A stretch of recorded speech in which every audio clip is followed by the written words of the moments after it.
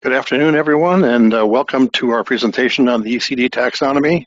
So we've got a pretty loaded schedule here of things to talk about. So let's go ahead and get started. So we're going to go through a brief introduction of XBRL and inline XBRL and what that's all about. We'll talk in depth about the ECD taxonomy, pay versus performance, clawback disclosures, and demonstrate some of the tools within GoFiler, and also look at where there's some resources. Just a note here that we're basically giving you our interpretation of what has been released within the Preparer's Guide, the examples, and then what is in the rules. So we aren't telling you exactly what to tag, we're just saying this is what we know.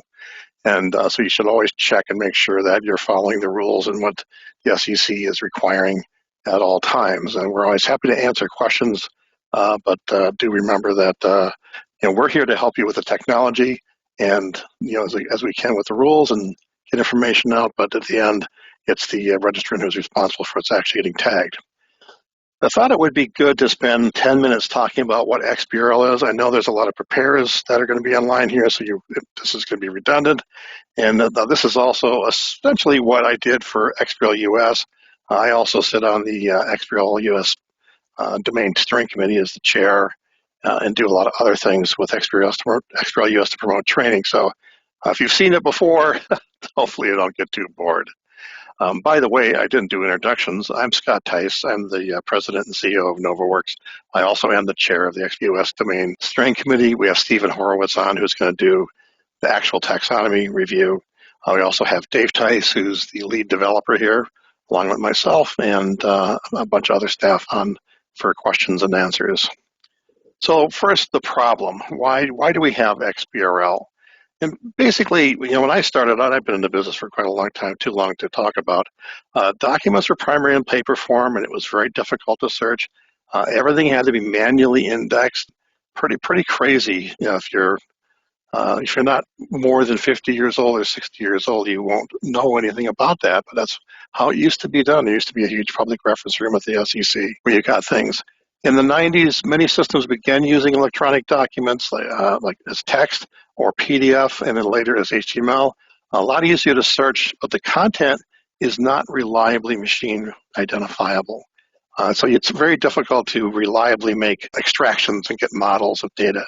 So clearly there was a need for a method to be able to take the data out in a consistent and accurate manner. There was a lot of different things that were tried over the years. The SEC had a thing called Financial Data Schedule for a while, but in the end, a much broader solution was needed, and XBRL was born, which is the Extensible Business Reporting Language.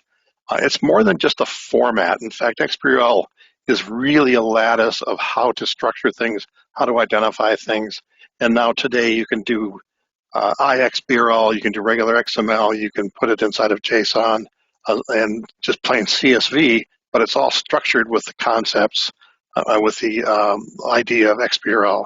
So XBRL brings meaning to the data.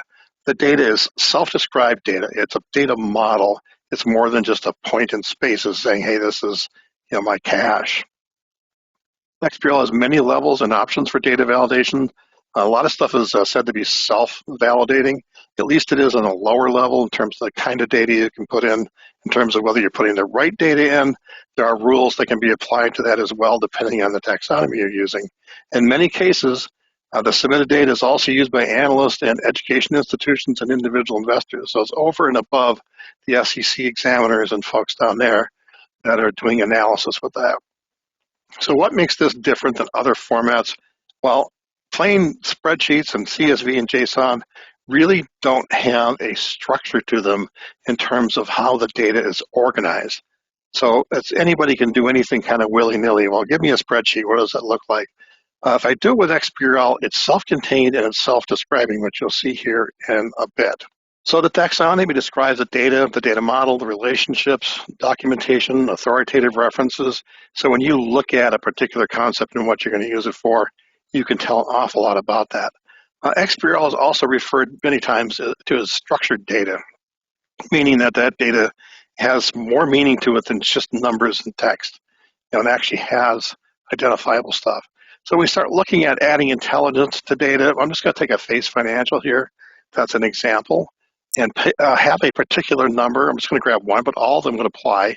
Let's say this 1887, and I see down on the bottom of this the actual fact and how it was formatted, and then what the actual data is, which is 1,887,000 in US dollars. So there's a lot more being carried with it. It's been tagged with accounts payable current from the US GAAP taxonomy. That little colon says it's what taxonomy it's from. And then we have data about that particular concept, where it came from, that it is a monetary item, the period's instant, and we'll talk about that in a moment, what the balance type is. Some of the label information, the default label, and the documentation, that varies on the taxonomy you're using. There's lots of different ways to identify with labels. And then finally, we have the context it belongs to. You'll see the name of it is as of 2020, 12/31, but the actual date then is 2020, 12/31, and that could also specify dimensions and other information. So where is this stuff used once it's been developed? It's been out since 2009. It's employed in the U.S. by the SEC, the FDIC, FERC, Federal Energy Regulatory Commission. A lot of NGOs use it. Certain private industry stuff like work in process or surety is done with that, and a lot more, and it's expanding all the time. There's also a lot of implementations internationally by many different countries and many different governments as well. So let's talk about the taxonomy. I mean, the ECD taxonomy, in one sense, is really easy because it's not very large. On the other side, it's been developed to a rule that no one's abiding by yet. So we have two things happening at once, which is a little unusual with the SEC. There's a new rule requiring new disclosures, so everyone's got to get used to how we're disclosing stuff. And then there's the taxonomy that describes, hey, how we're going to tag this. So it makes it a little more complicated. So in a taxonomy, the fundamental building block is a thing known as the concept. It's also known as an element.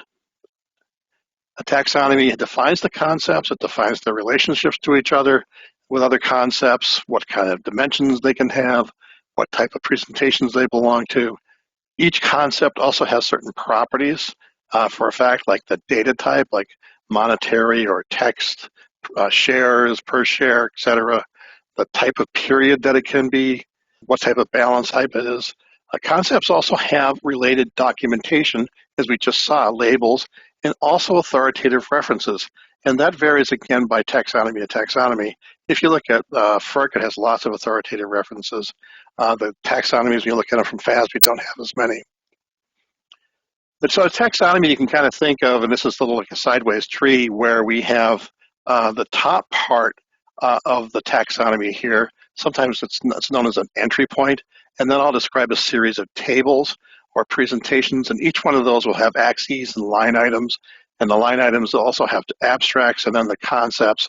So that goes on and on and on. Some are very complex, some of them are very simple. Some have many dimensional aspects, some have only a few. So basically, you can look at this as being a big hierarchical framework. US GAAP is very large, ECD is small. So how is that data identified within iXBRL? Because that's what you're going to have to do now. Basically, you take the HTML and you add in this data that can be interactively viewed. So I'll see something in a conventional browser that might look like this, and then in the viewer from the SEC or from any other vendor who uses the same kind of similar viewer, you'll see items highlighted there, like Schedule 14A is the form type. Excellent Company is the registrant's name. And those things have the red bars in the top and bottom. You can explore those if I click on them, like this 3.1 million here, and I can see then that that is adjusted the compensation amount. It's 3.1 million. Now note the scaling in here. This is something that is an error-prone thing with early XBRL, was getting the scaling wrong. So this is 3.1 M or million. So this is tagged, you need to make sure that it actually has the right fact value underneath. And as part of that, I want to make sure what axes it's in, what member it belongs to, etc. The next thing I see in this is the next tab over is the label. And then there's another tab here that shows where this is actually referenced from. And you can see there that it is in number 29, paragraph 3 from the SEC, section 402V, a part of regulation SK. And you'll notice there's other tabs on there you can go into as well. The inline viewer is very powerful to look at your data and preview it. That's what the public will see. They'll also see the structured data as the plain old XBRL, which is important to note to make sure your data is actually put together correctly. Some important terms. We talked about concepts being defined by taxonomy. That facts are what is the actual data that is submitted to the SEC. It's essentially an intersection of a concept and a context. The context defines the period and other dimensional information that can be used. So it would be instant period, for example, meaning that it's right now or as of this particular date, or a duration. So like sales or total sales would be a duration. Cash would be an instant. Then you have the dimensional information that can be used to disaggregate those facts. And there's lots of different ways of doing that. Within ECD, there are specific items, and we'll talk about those as we go along. The actual instance, and this is kind of a programming term that got thrown into the mix here, is what you're sending down to the SEC. It is the collection of information that represents the XBRL disclosed by your data. You don't send along all those references and things like that. You just simply send along the facts, the concepts you're using, any footnotes and other data, and depending on the complexity, other link bases. It also has the context. Again, we talked about the period, and the dimensional information, and it contains items or facts defined by unique intersection of those items. So what gets sent down? The instance. Your old HTML document .htm will still be .htm, but now it'll be an XHTML document or XML mixed with HTML, and it also has all the inline XBRL data embedded within that. The browser ignores all that stuff unless it's got the plugins, such as the viewer, to be able to see that data. Otherwise, it just ignores it, doesn't display it. You'll also send down a schema. So when you extend the taxonomy, and you have to do that for ECD, you need to define all the concepts that you're creating and all the labels and things that you have, and that becomes part of your schema. And then you have the link bases. And this will vary. You'll definitely have a label, and you should probably have a presentation. You may or may not have a calculation. It kind of depends. There's also definition. These things are all defined in the EFM, and there's additional data out that's been around for a long time. Some special considerations. The fact data is human readable, but it typically has to have a transformation, as we already saw there. We'd see a number that would have commas and a period in it, a decimal number. Well, that in XBRL needs to only have the period. It may have parentheses in it for being negative, and in XBRL, it is negative with a minus sign. You may have representations of dates and things like that. All of those end up having to be transformed. You also sometimes have to connect disjointed facts. If it's crossing through a page break or table roles, you would use a continuation to connect facts together or exclude data. So that's a term that's good to know about. Some of the conventions within both the guide that's available and this particular presentation is that we use blue elements to represent those elements or concepts that are defined by the ECD, orange elements for US GAAP, red elements that represent extensions or things that you might be adding. So now what I'm going to go ahead and do is we're going to do the ECD taxonomy review, and Steve is going to go ahead and take over. Thank you for the introduction. So let's go ahead and take a look at this. We have a couple of slides to get through, then we'll do a quick demonstration on this. So looking at our ECD taxonomy, now that we know what inline XBRL is and some general information about it, we're going to take the ECD taxonomy and apply it to our DEF 14A filings to do pay versus performance tagging. Item 402V is pay versus performance. When we're working with this, we have a couple of different parts of the disclosure that actually need to be tagged. So the big one is the pay versus performance table itself. That is the first information you'll tag. It's the PVP table. In addition to that, there are some footnotes to the pay versus performance table. These are tagged as actual text blocks. They're not tagged as traditional XBRL footnotes. So if you have experience using US GAAP footnotes, these are a little different. They're just text blocks. Then we have narrative disclosures that describe relationships between executive compensation and performance measures. These will take the form of usually graphs with some text around them describing the graphs, and those are tagged as narrative disclosure text blocks. Following that, we have a tabular list of performance measures. Every filer has to lay out some performance measures they're using to evaluate their performance, and these are described here. Not all of these items are going to apply to smaller reporting companies. So if you're dealing with a large accelerated filer versus a smaller reporting company, some of these disclosures may have different element structures. So important and common terms. There's a lot of abbreviations in here we have to be aware of. So when we're looking at these filings, the PEO is Principal Executive Officer. The NEO is a named executive officer. We have non-PEO NEO, which is a non-principal named executive officer. So these abbreviations are frequently found in the actual taxonomy itself, so knowing what these are referencing is helpful in deciphering some of these element names. We also have FN for footnote. If you're a filer who's familiar with GAAP, there's table text blocks and policy text blocks in GAAP. ECD introduces FN text blocks or footnote text blocks. We also have TSR for total shareholder returns. Some additional terms, AMT is amount. We have performance, it's just perf. Adjustments is ADJ. That's pretty common when you're dealing with some of these notes where you're going to have different adjustment amounts based on the compensation total versus the actual paid compensation. We have PVP is the main one, pay versus performance.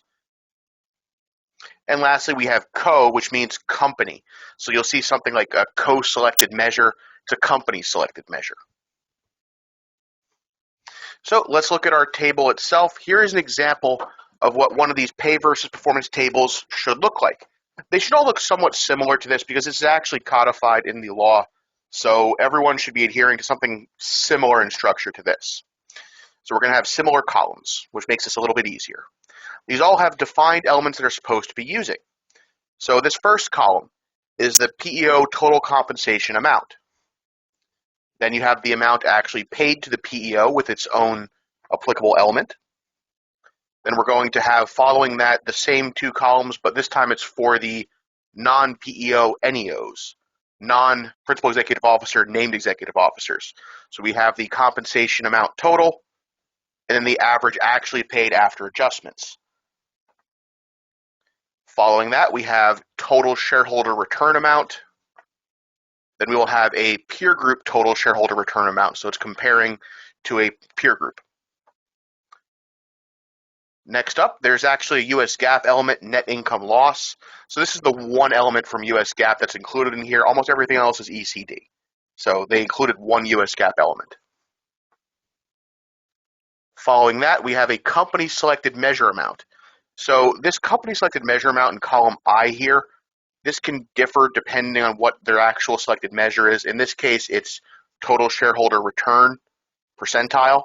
It might be a different unit type. It might be any other sort of measure, but this is what the company has selected as a measurement. And lastly, we have two other performance measurement amounts. These are going to be other performance measures that the company has selected to show. When you have other performance measures, you need to differentiate them by using measure axis. Measure axis is a typed dimension. So you would just go ahead and put the integer value 1, 2, 3, whatever the member ID you want to use on this is.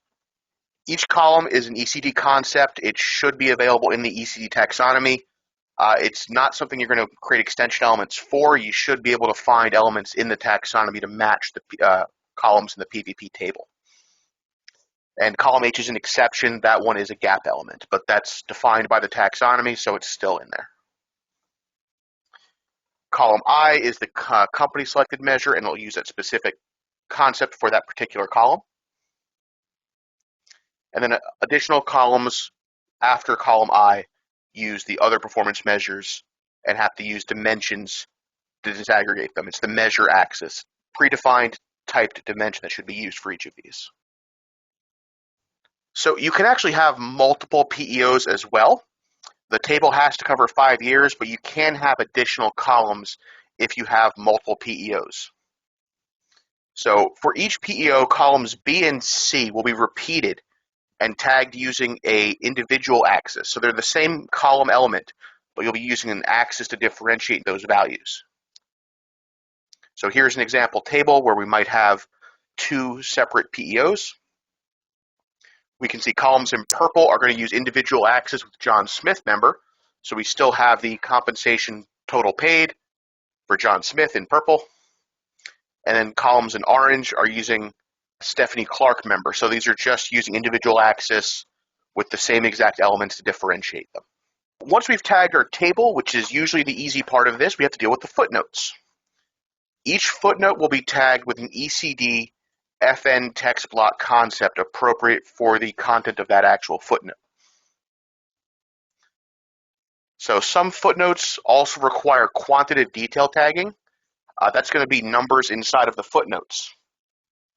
There's only one real element that is in the ECD taxonomy for tagging quantitative detail data, and that's an adjustment member or an adjustment element.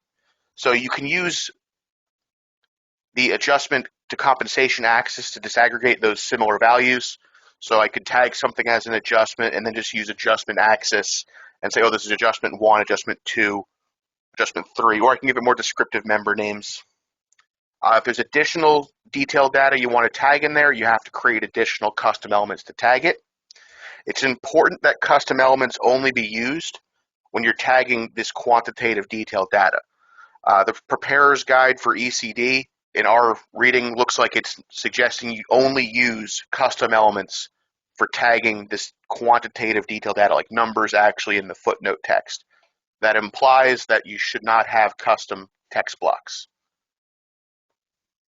So here's an example of a footnote section. This will be just below the pay versus performance table. Each of these elements in here should have a FN text block defined by the taxonomy. So in our first footnote here, we have adjustment to PEO compensation, FN text block. Next up, there's a named executive officers, FN text block.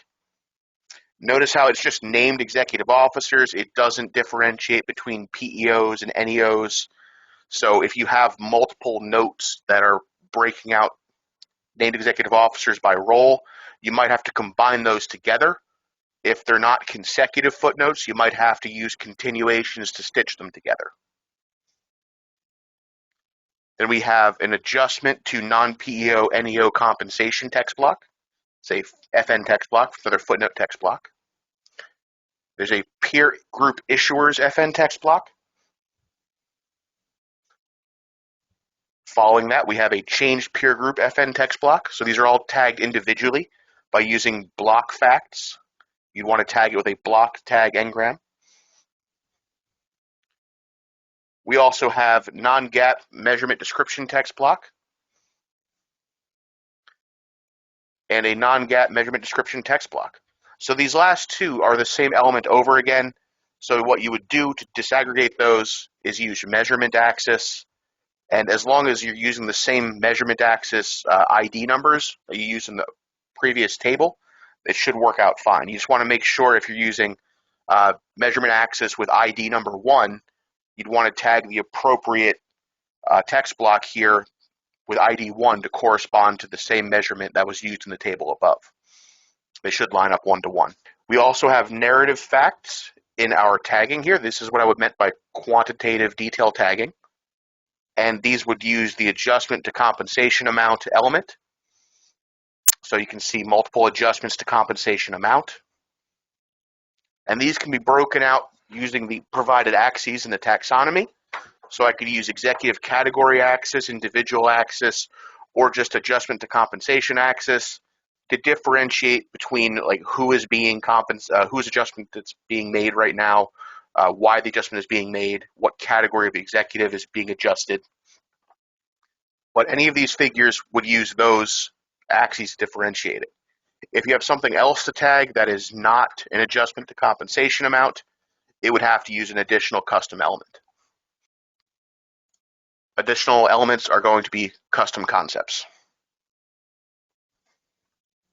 So narrative disclosures comes next. After our footnotes, we have a narrative disclosure section. The narrative disclosures can include paragraphs as well as graphics. And all content within these narrative disclosures must be tagged with appropriate ECD concepts. Narrative disclosures can include compensation paid versus total shareholder return, compensation paid versus net income, compensation paid versus the company's selected measure, compensation paid versus other measures, total shareholder return versus the peer group, and any additional information. So these are the categories that are in the actual ECD taxonomy for narrative disclosures. These are the ones that have text blocks that exist.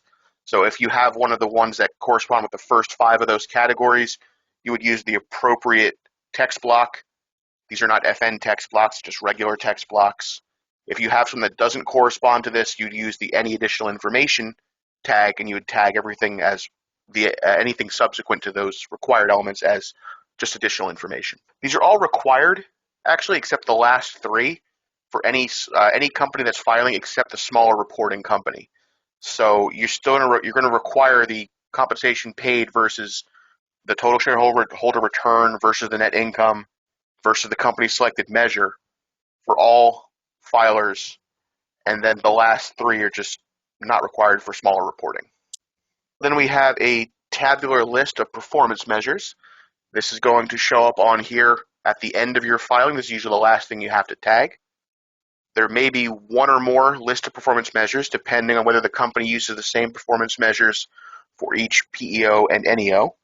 The contents of this table must be tagged with the measure name concept and using the measure axis type dimension. So you want to make sure that when you're using measure axis, you're using that ID number 1, 2, 3, 4. It should match the values used elsewhere in the report. So if you have those descriptive paragraphs in the footnotes, you want to use the same ID on that measure as you're using on this table. And you want to make sure those IDs match whatever IDs you're using in the PVP table at the top of the document. Now, if the company uses performance measures specific to an officer, you'd want to use individual axis when tagging the table. So you can use individual axis combined with measure axis when you're tagging performance measures, if those measures are specific to a single officer. If they're just general to the entire company, you don't have to use individual axis. Next, let's take a look at our tabular list of performance measures. We have an example table here. So here's what an example table might look like. You can see we have different performance measures listed. This entire table is going to be tagged with our tabular list table text block. And then each individual item inside of this table is going to need to be tagged with the measure name element. The measure name element can use the measure axis to differentiate them. It's just important here that each measure axis ID you use, ID 1, 2, 3, 4, whatever you're using, corresponds with the ID assigned in the performance table tagged above. So moving on, let's look at the clawback disclosure, item 402W. So we have a couple of parts of this disclosure that are possible to have in the filing. They might not all be included in the filing, but some of them can be. First up, we have the recovery of erroneously awarded compensation disclosure. This is compensation that has been clawed back from somebody and is now recovered. We also have the foregone recoveries disclosure. If someone is unable to recover that money and they just say, okay, we can't recover this compensation, it would go in the foregone recoveries disclosure. We also have an outstanding recoveries disclosure. That's if something is still like ongoing attempts being made to recover this compensation, that'll be disclosed here. Documents may contain no or up to 3 of these disclosures, so they might not be in any filing you do, but they might be all in there. All data tagged for item 402W will use the restatement date axis typed dimension. So that type dimension, unlike the measure axis, is going to use a date as the value for it. So you're going to have 4-digit year, 2-digit month, 2-digit day as the value that you put into each and every one of these. So let's look at our first example, the recovery of erroneously awarded compensation disclosure. So here's an example of what a paragraph in that disclosure might look like. Our example is just showing the basics of tagging this note with a few simple facts. But when you tag something in these clawback disclosures, every fact tagged is going to have the restatement date axis, which is going to show the date at which this clawback was restated in the company's previous financials. So in our example here, we're using 2022-05-15. But we can see that we can tag the restatement determination date, which is a fact that's available.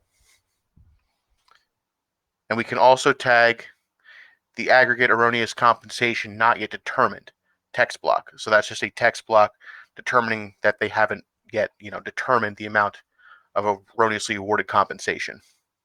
Other things that should be tagged in this section would include the aggregate dollar amount of erroneously awarded compensation, an analysis for how it is calculated, stock price or TSR metric, a total shareholder return metric, or the amount outstanding of error that wasn't recovered. So those are additional facts that can be presented in this section. You would just tag those with inline engrams using the restatement date axis. Our next section is the foregone recoveries disclosure block. So here is an example of what that might look like. Again, all facts in here are going to be using our restatement date axis. So for here, we're using April 30th, 2022 or 2020. And we can see that we have an example fact tag, the restatement determination date. Other tagged facts in here would be the foregone recovery due to expense of enforcement amount. That will be tagged with individual axis to identify what individual is responsible for that foregone recovery. So who had that income that is being foregone a recovery from. We would also tag the explanation of why it's impractical to recover this amount. And you can tag the individual name using individual axis with foregone recovery individual name. So it's going to be kind of a pair type thing. Whenever you tag one of these, you have the foregone recovery individual name and then the foregone recovery due to expense enforcement amount. So that's how much it's being foregone and for what person, both using the individual axis. There are three different elements you can use for amounts depending on the reason why recovery was foregone.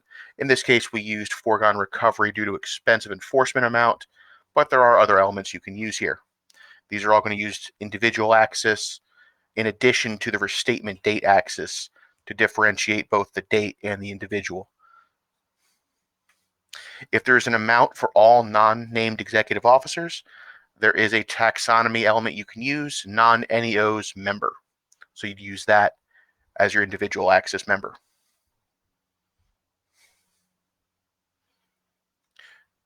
Lastly, let's take a look at our outstanding recoveries disclosure. So this is going to be using outstanding recoveries is going to be using restatement date axis.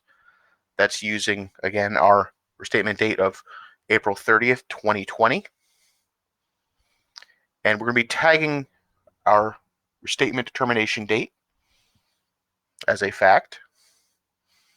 And in addition, we can tag the amount recovered, the amount outstanding that we're trying to still recover. And we can tag the outstanding recovery that the individual who still are we trying to recover the money from. We can tag that using our individual axis. So we can mark this as, for example, both of these facts are for the individual Emma filer.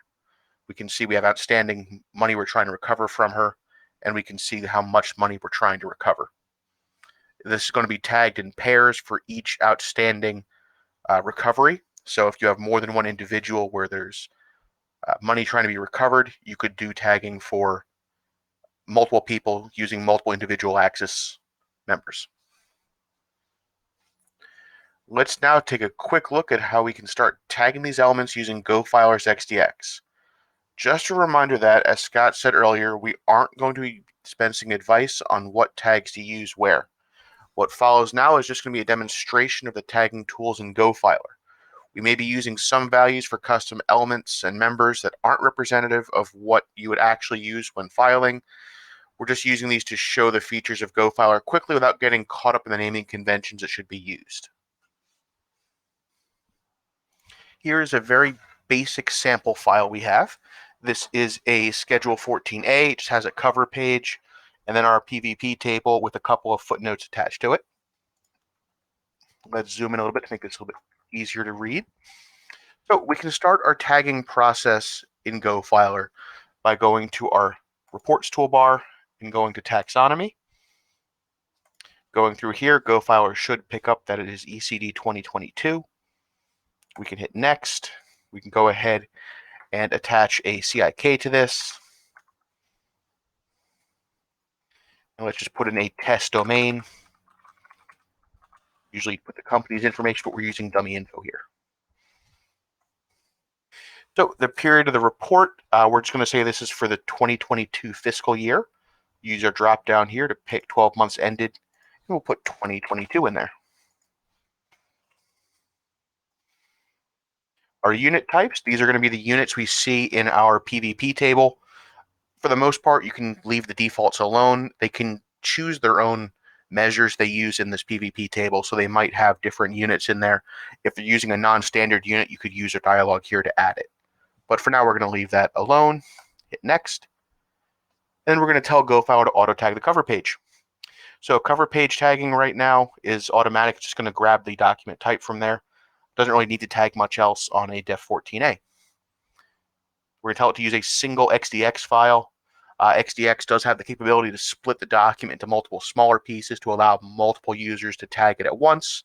But in a file this small, we can generally just say use a single file. We don't have to worry about splitting it up. Let's go ahead and hit finish. So we can see our auto tagger went through and just tagged our Schedule 14A.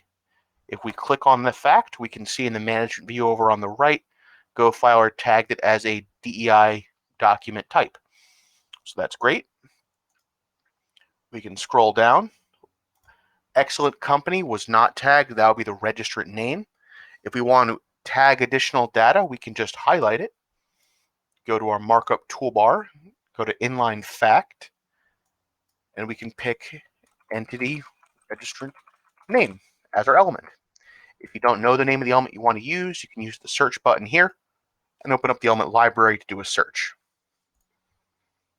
We're going to hit next, put in the date of our report. So this is 12 months ended 2022, the fiscal year. So we'll just use that drop down, hit next and finish. Now our registrant name is tagged as well. We get down to our PVP table.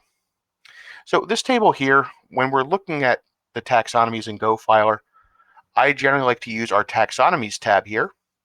If you don't have a taxonomies tab showing up, you can go to your view toolbar and toggle it off and on by using the taxonomy viewer button here. So we want to right click on that and tell it to remember the active tab here. So now we have the taxonomy tab active. And we can use our tree view of the taxonomy to look at what elements we have available for us here. So if I expand the PVP disclosure, I can see the elements that are in the taxonomy for this particular disclosure. So the first one here at the top, I have PVP table text block. I can copy that. I can go ahead and then mark my table. I go to mark table, and I can say I want to make this a single table. I can use my drop down.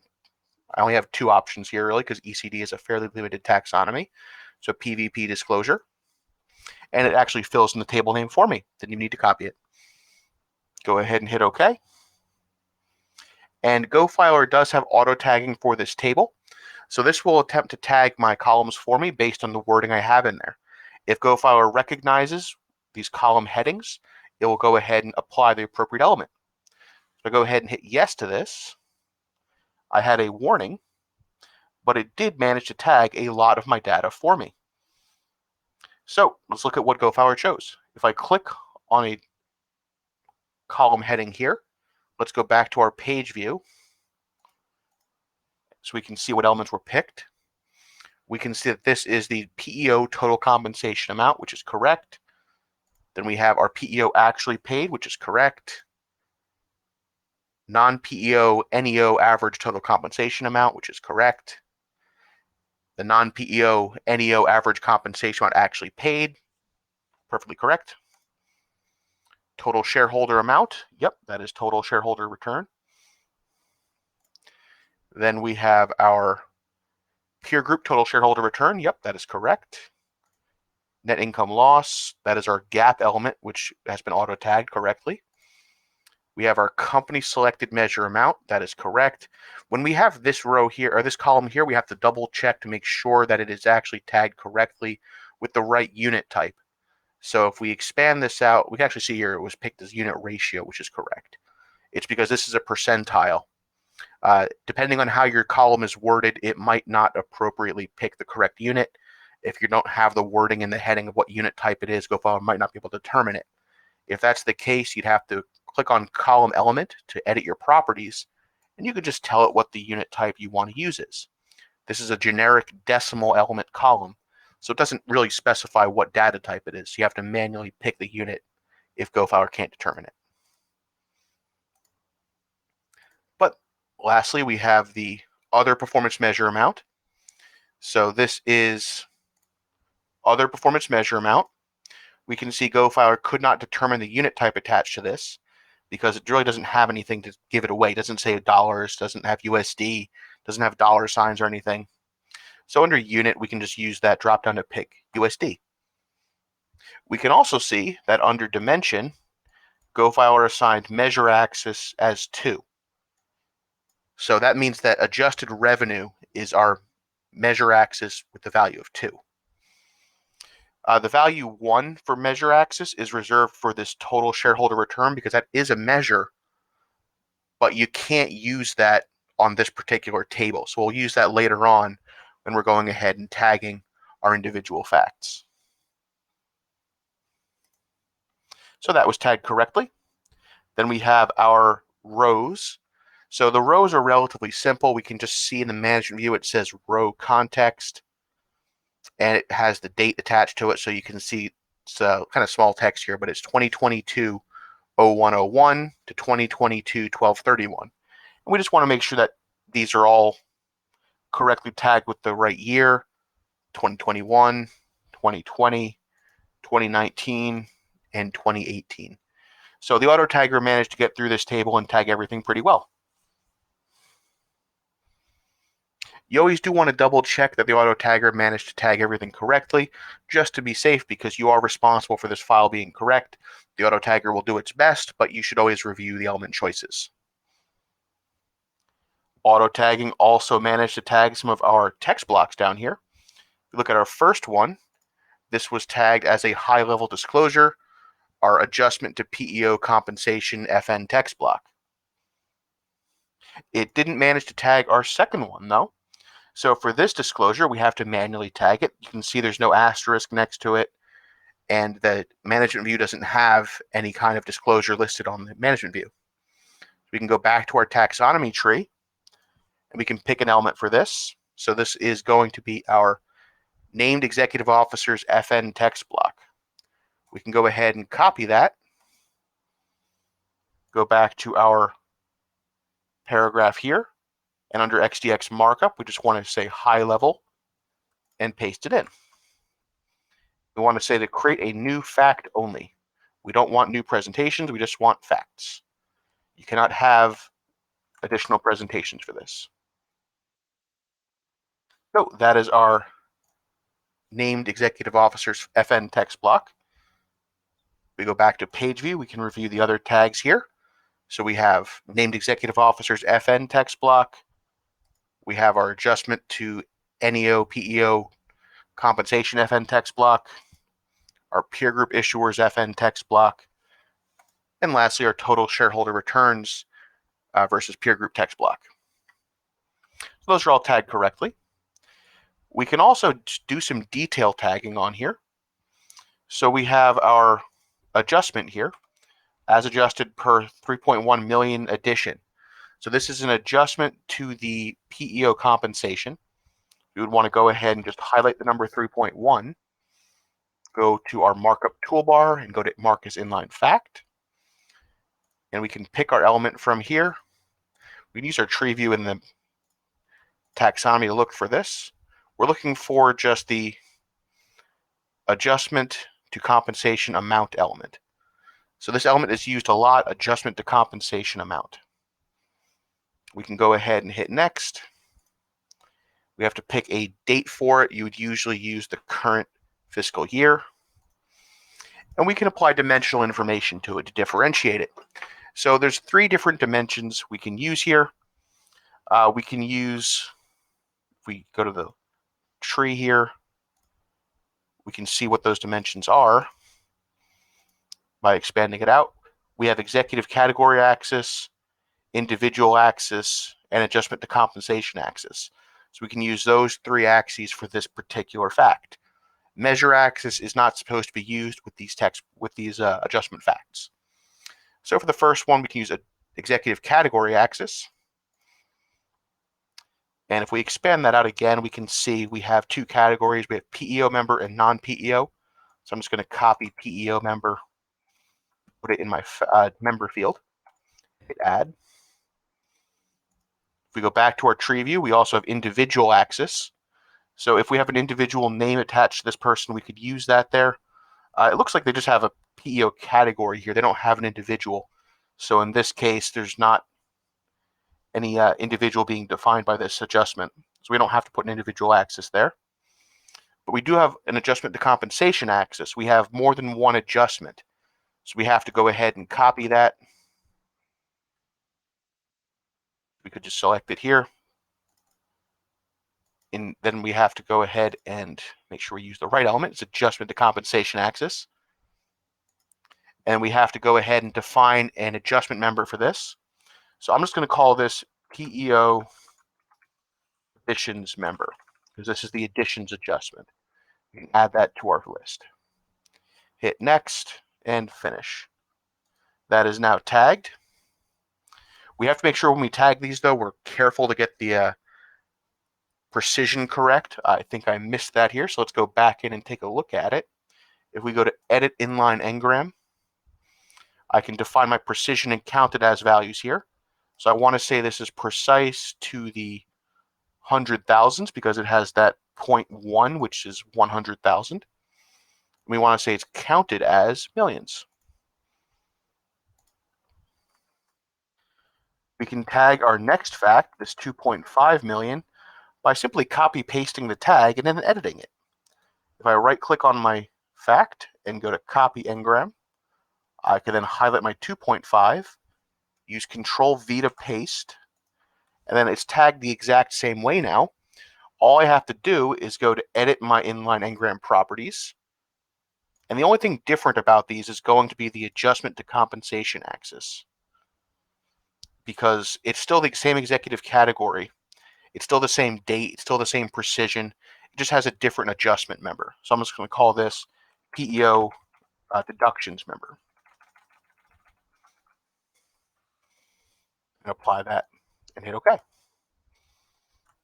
we go. Additional facts in here are going to have to be tagged as custom elements. Tagging something as a custom element is fairly simple. You would just highlight the fact, mark as inline fact, and I could make a custom element name. So I could go ahead and say that this is adjustment 1. Whatever I want to call it, doesn't particularly matter. We want to make sure that we pick the correct data type for this. This is a percentage, so we'd have to go ahead and pick percent. We got a lot of data types here to pick from. There's percent. It's going to be a ratio. We can hit next, then pick a date for it. We're going to want to make sure we pick our current fiscal year. We'd want to use we cannot use any ECD elements with this. This is a custom element. All custom elements cannot use ECD elements. They need to be on their own separate presentation. We have to just tag this as a custom fact with just a date on it. You hit next and finish to tag that. That is now tagged. There's a lot more in-depth we can get on some of these specifics, but I think for a general overview, this is a pretty good idea of what this will look like. I'm going to turn this back over to Scott for some more information. Thank you, Steve. Let's continue on here and look at for more information. First, I do want to say during the presentation, for those of you who don't know, XDX is XBureau Data Exchange. It is a patented method that we have to embed everything you need in the HTML, because iXBureau only has the facts and the context in it. It doesn't have your extensions. It doesn't have your labels. So from XDX, it builds all the link bases and additional information. So let's take a look at where we can find things. I'm sure everybody's been working at this to one degree or another. We're going to start with what we have is an attachment. If you go to the handouts, you'll find PVP Guide 2022-2020, today, basically 23rd, for screens. And there's a different version that is for printing. If you'd like that, please email sales@novaworks.com, and we'll be happy to send you one, or we'll even send you a saddle stitch book with it in it. But this basically breaks down what is in the preparer's guide.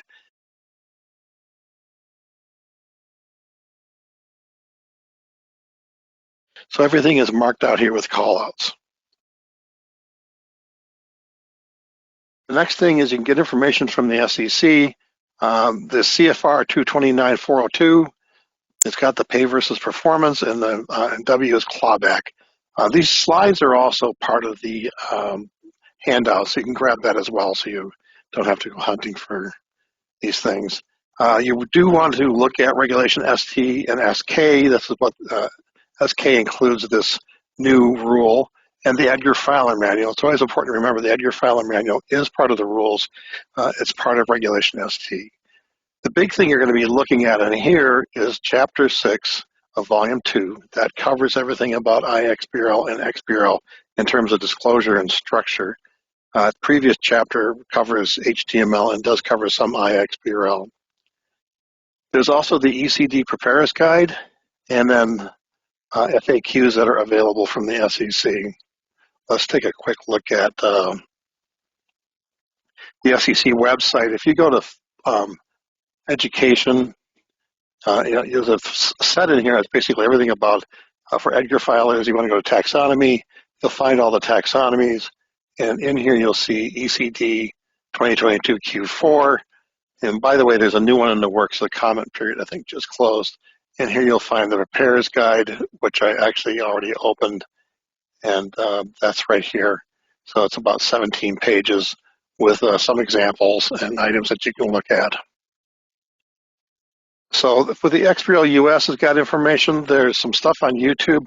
There's 2 different videos that I helped produce to explain this stuff to the general membership of XBureau US or anybody who wanted to look at. That is also available on here. I could not find the second one. If you just search for pay versus performance XBureau US, you'll come up with it. But this has got a lot of good information. It also has a different point of view. I have got some great folks from DFIN and also from Broadridge who helped out with this. And we had the SEC actually on here as well. The SEC has been really cooperative with respect to helping with this entire thing. FASB is mostly dealing with GAAP, but there is information there. GAAP is included with ECD because of income loss. We exclude that from our search by default because we don't want to fill it up with the 18,000 plus items just for those 2 items there. You can talk to your vendors and agents and law firms for additional information. Compliance dates. We've got basically all companies that have a fiscal year that ended after the 16th last December have to do this. Does not include emerging growth, does not include registered investment companies or foreign private issuers. So you can skip that. Smaller reporting companies are not required to disclose until the 3rd filing that has pay versus performance information in it. So you have to kind of work the math out on that. We'll cover some Q&A here. There's been a few flying around. Let me just expand the window here. When are we going to use the executive measure access? Also, when can we make custom names when using this type of access? Or are we just going to use the numbers we like? What you mentioned earlier. Thank you. Do you want to answer that one, Steve? Sure. So you use executive category access if you're trying to break apart adjustments for different executive categories. So when you're doing the adjustment tagging, the quantitative detail tagging, you would use that either a custom element you tag, or you would use the adjustment amount tag, and you would split it up using that executive category access or individual access or something like that. Measure access you'd be using when you're describing different performance measures, different other performance measures. You would not use measure access on the company selected performance measure, only on other performance measures. And you use that when you're tagging the names of these measures, because there's only one element for name. You have the measure name element. So you'd use that on those tags. You would only use the numbers if you're tagging something with a typed dimension. So measure access is a typed dimension, so you'd have to use it there. Executive category access is not a typed dimension, so you use your own member name there that you want. Individual access is another one that's not a typed dimension, so you use whatever member name you want there as well.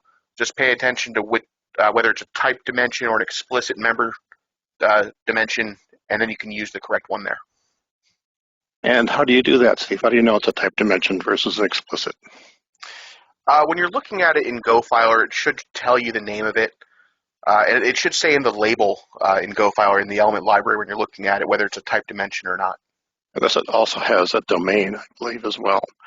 Another question did come up is, what is the difference? And an explicit dimension uses actual defined concepts as member names. So it'd have an axis, let's just call it pets. And you would have a defined concept that says cats, dogs. So those would be explicit. Now, a typed dimension means that you can type in anything you want as a value.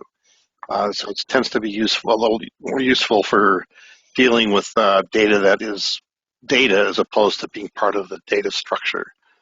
So ECD actually employs a fair amount of type dimensions. You don't see them too much in GAP if you've been used to doing that.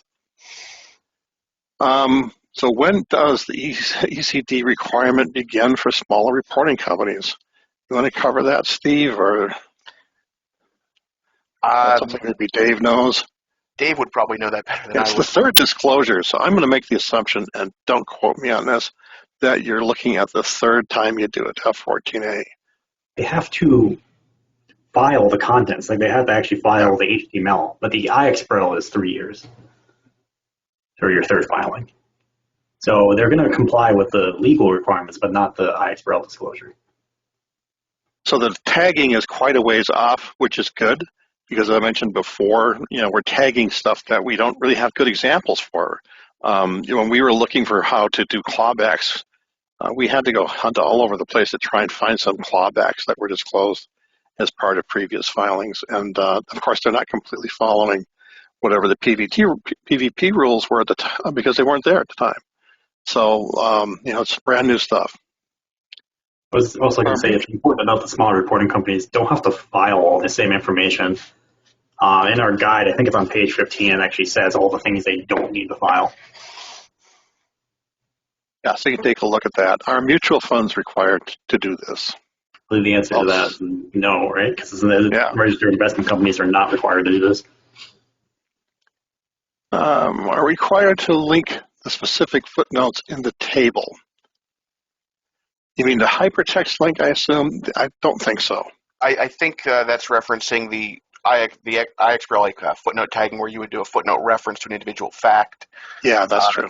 Yeah, I don't believe you have to do that in this. Tagging it as a FN text block should be sufficient. I would say if you're not tagging it with an FN text block, you may want to do it, though. So if you have a footnote that's not details about the actual disclosure, but more about something about the column, maybe.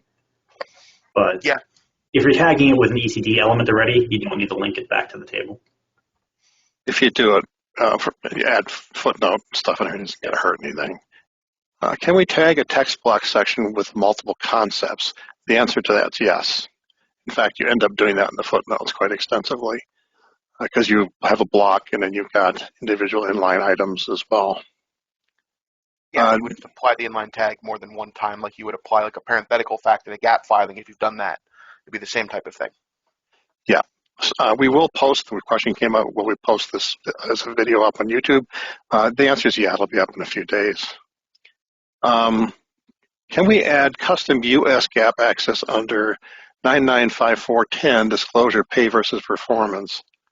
From a technical standpoint, I don't think you can. They don't let you actually adjust the definitions for the submitted filings. You're only allowed to edit the specific definitions presentations, which are the list of measures, the list of individuals, and then I think the executive categories. So you're not really going to be able to extend much of this. If you look at their preparer's guide, it will say what actual roles you're actually even allowed to edit, which is very few of them. Yeah, this is more open than the CEF taxonomy, but it's nowhere near as extensible as the GAAP taxonomy. Yeah, if you're not using CEF, you wouldn't know the comparison. How do I know everything is tagged? That's a really good question. The answer is you have to go through it manually and also do test filings. I cannot overemphasize my career with Edgar. Test file, test file, test file, test file. And look at the result. Use a rel to look at what you have. Look at the data that's being disclosed to make sure that you're actually getting the XBRL data in there. As Steve had shown with a rel, with the data representation of the XBRL, you can then tell if stuff is actually been tagged or not. How can I tell if there are errors? Well, the SEC is going to do some basic error checking, and I'll say from my experience, the SEC will put rules in place that say you have to do this, you have to do that. The Edgar system will only check some of that. It's actually kind of frustrating because they'll have requirements in the Edgar filer manual, and then somebody will file and say, well, it works when you don't do it that way. Well, I mean, you take the chance because essentially the rule says to do this, and the computer system isn't actually checking it. I do know, as a member, you're a member of the Data Quality Committee for XBRL US, there has been some discussions about having some DQC rules for this that would be published by XBRL US, I would presume. I don't know that the SEC would endorse them. The SEC has endorsed the idea of the DQC stuff, but they don't actually require any of them. The FASB has incorporated some of those things in as part of the taxonomy. I don't know if they'll do that with ECD because ECD is not their taxonomy. US GAAP is. I don't see anything else. Anybody want to add anything else? Okay, so hearing none, please feel free to contact support@novaworks.com or sales for more information, and we'd be happy to provide any information we can. And of course, we'd always love it if you use our products to tag and file stuff, but either way, we're here to make it happen for you. So with that, I'll bid you a good day, and thanks for attending our webinar.